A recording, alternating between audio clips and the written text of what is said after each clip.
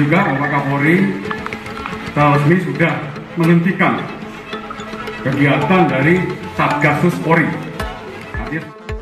Kapolri Listio Sigit membubarkan Satgasus Merah Putih yang dipimpin Irjen Verdi Sambo. Pembubaran dilakukan setelah Verdi Sambo ditetapkan sebagai tersangka kasus pembunuhan Brigadir Joshua. Verdi Sambo pertama kali menjabat sebagai Kepala Satgasus Merah Putih pada 20 Mei 2020. Saat itu, dia menjabat sebagai Direktur Tindak Pidana Umum Bareskrim Polri. Posisi Sambo sebagai Kasat Gasus Merah Putih kembali diperpanjang hingga akhir 2022, sejalan dengan posisinya sebagai Kadif Propam.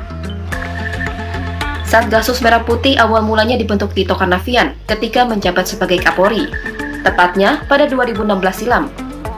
Alasan pembentukan Satgasus Merah Putih karena situasi yang mendesak dan juga mempermudah penanganan masalah dibanding menggunakan jalur struktural.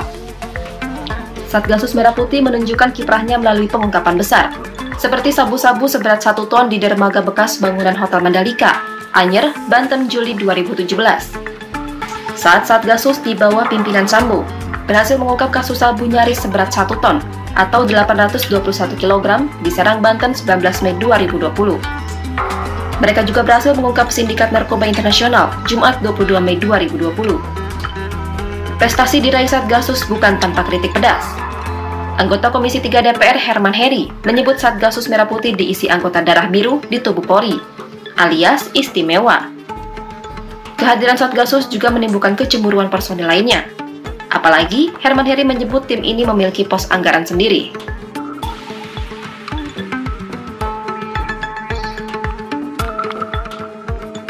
Seiring kasus yang membelit Verdi Sambo, Kapolri Listio Sigit kini membubarkan Satgasus Merah Putih. Kadif Humas Polri Irjen Dedi Prasetyo menegaskan, fungsi Satgasus tidak diperlukan lagi. Malam hari juga perlu saya sampaikan kepada kawan-kawan, ada beberapa pertanyaan dari teman media tentang Satgasus Polri. Pada malam ini juga Bapak Kapolri secara resmi sudah menghentikan kegiatan dari Satgasus Polri. Artinya sudah tidak ada lagi Satgasus Polri. Ya, ini untuk menjawab berbagai macam pertanyaan rekan-rekan media. Jadi sudah clear untuk Satgasus Polri bahwa menurut pertimbangan daripada Dewan Staf, ya, untuk efektivitas kinerja organisasi, maka lebih diutamakan atau diberdayakan satgas-satgas yang menangani berbagai macam kasus permasalahan sesuai dengan tupoksinya. Itu alasan utamanya. Sehingga kasus yang tidak perlu lagi dan diberhentikan oleh pemerintah.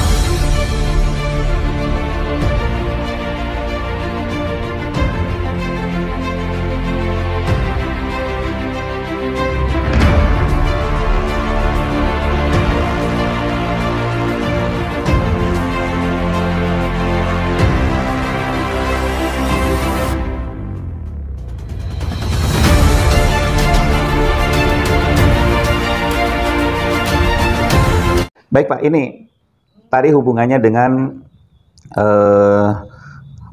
masalah apa divida et impera ataupun apa pemecah belahan ya Pak ya. Nah, pemecah belahan memang sepertinya cukup berhasil ya Pak ya. Ya. Cukup berhasil. Tapi kita juga sepertinya Pak pada akhir-akhir ini melihat ada pertolongan Allah Pak. Contohnya ini dengan terbongkarnya kasus Verdi Sambo. Ya. Ini yang di luar dugaan Pak. Ya. Ternyata itu kebobrokannya itu luar biasa dan itu ada seperti angin segar Pak.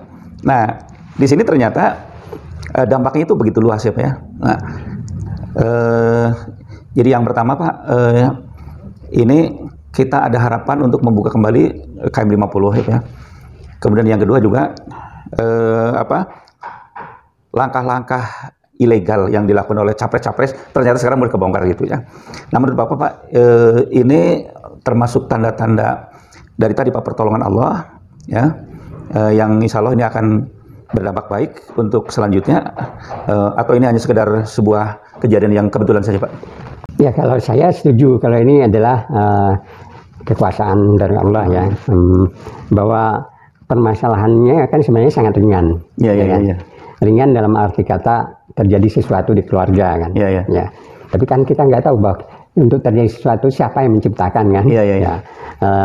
Istilahnya apakah itu ada permainan dari keluarganya kita nggak tahu, tapi juga kan skenario macam-macam.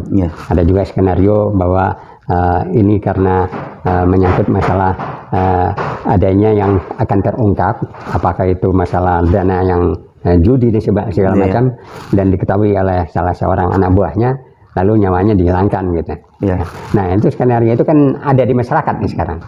Nah kalau kejadian ini menurut saya harus kita lihat bahwa walaupun ringan masalah keluarga dan sangat luar biasa dalam hal kebiadaban untuk pembunuhan, kita aja lihat kucing ditembak aja kita udah sedih kan. Ya itu binatang.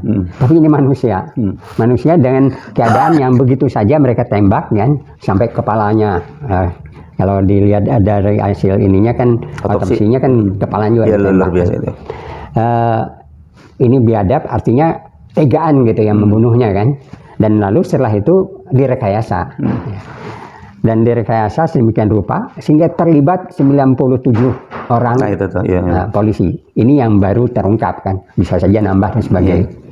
Artinya bahwa ini direkayasa sedemikian rupa, dibunuh secara kejam, lalu direkayasa bahwa istilahnya itu ada tembak menembak, dan akhirnya juga ada yang terlibat adalah kalangan berbintang gitu ya. Dan juga ada yang kalangan pamen ya sampai ke bawah ya. Kita harus lihat siapa nih Sambo ini. Kalau istilahnya sekarang kan Kaisar Sambo. Yang kita ketahui ya kan sekarang adalah ketua dari Satgasus. Ya. Lalu ketua Satgasus ini binatang apa gitu kan di dalam polisi gitu. Baru kita dengar kan. Tapi setelah kita baca di media, Satgasus ini adalah satu lembaga yang sama sekali tidak ada di urutan struktur gitu. Berarti adalah lembaga non-struktural. Dan didirikan oleh siapa? Ternyata setelah itu terungkap yang mendirikan adalah Kapolri yang lama, yaitu Tito Karnavian. Nah Tito waktu itu, ya kan, sekretarisnya adalah Sambo gitu. Nah, artinya kalau kita lihat dari segi itu, cara mereka bekerja di luar struktural Polri, ya mereka adakan, dan dananya juga tidak jelas. Gitu. Kalau struktural kan ada masuk APBN dan segala macam. Nah, masalahnya sekarang kita tidak melihat si Sambonya harusnya, kita harus melihat Satgasusnya. Ya. Kenapa Satgasus itu didirikan oleh Tito Karnavian? Ya. Apa alasannya dan dari mana dananya? Gitu. Nah, setelah itu kan terungkap bagaimana Tito kedekatannya dengan kalangan istilahnya oligarki, ya kalangan mafia, dia ngadain pertemuan dan segala macam. Itu semua kan adalah arsip atau istilahnya yang tidak bisa ditipu dari yang apa istilah anak muda sekarang mengenai masalah digital, ya kan? Ya. Digital yang lama pun akan keluar gitu. Ucapan-ucapan Tito, bagaimana kalau perlu juga jejak, gitu. dibunuh dan segala macam. Rekam jejak digital. Rekam jejak digital. Ya. Rekam jejak digital ini kan tidak bisa dibohongi. Omongan dia bagaimana. Nah, ini harusnya diusir ke sana, ya kan? Satgasus harus tidak cuma ditutupi saja. Tapi kalau saya melihat Satgasus ini didirikan sama seperti kondisi yang ini juga pernah diungkap oleh mantan Menko kan, Rizal Ramli. Bahwa dia pernah cerita bahwa di zaman Shah Iran, Pahlavi, ada suatu polisi yang namanya Shafak, gitu. Shafak ya. Ya, sehingga Shafak ini untuk tegaknya kekuasaan Shah Iran, ya, mereka lakukan dengan cara-cara yang seperti itu, membunuh dan juga tidak perlu lagi hukuman dan segala macam gitu. Dan bagaimana mereka merekayasa, mengaburkan dan segala macam. Dan itu berbahaya. Tapi untung saat itu ada kebangkitan Islam Iran kan, waktu itu Khomeini kan, sehingga Shafak ini terhancurkan. Nah, kalau kita lihat kayak begini juga menurut saya setuju dengan apa yang dilontarkan oleh Pak Rizal Ramli, Menko Menko Keuangan waktu zaman Gus Dur dan sebagainya, dan pernah juga di zaman Jokowi kan, yang menyatakan bahwa ini Satgasus ini sama persis dengan Shafak gitu. Ya. Dan saya juga menyetujui itu. Dan harusnya sekarang diungkap bukannya ditutupi. Kalau masalah Sambo kan sekarang dia sudah tamat lah gitu. Iya. Tamat dalam arti kata rekayasa dia. Pribadi Sambonya gitu. Ya, pribadi dia sudah dinyatakan diberhentikan secara tidak hormat, gitu kan. Walaupun naik banding, tapi tetap akan diberhentikan, gitu. Karena itu kelakuan yang luar biasa kan. Tapi kenapa Sambo bisa melakukan ini? Adalah semacam keangkuhan dan kesombongan dia kan. Karena adanya Satgasus itu. Menurut ceritanya semua polisi, baik Kapolda juga takut sama Sambo gitu. Sehingga 97 ini ngikutin apa yang diinginkan oleh Sambo gitu. Nah, artinya Satgasus ini benar-benar seperti Safak di Iran. Nah, ini yang melakukan ini, yang mendirikan ini harusnya diusut. Tidak bisa dinyatakan misalnya Sambo dihukum segala macam. Lalu siapa yang mendirikan Satgasus? Kemana saja Satgasus ini lakukan? Nah, sekarang kan terungkap. Satgasus ini ada Brigjen Hendra di situ. Semua staf-staf Sambo itu adalah Satgasus ya. Nah, si Brigjen Hendra ini juga terungkap bahwa dia adalah ketua tim dari KM50 gitu. Ya. Artinya rekayasa ini kan luar biasa.